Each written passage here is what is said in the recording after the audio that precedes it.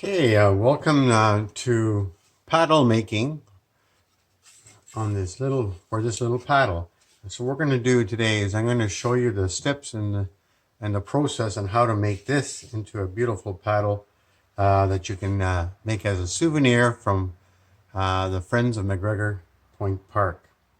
What we're going to do today is you're going to use at the workshop. You'll be using a variety of tools. I'm just going to show you some of the things. Of course, we have clamps to hold things down and hold the paddle down safely.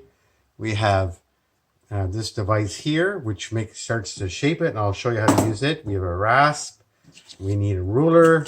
We even have a picture of a chickadee, and we'll show you how to use that along the way. And we have here also sandpaper to smooth everything out, and even a wood burning kit. And we're hoping to have a branding iron to make it all work.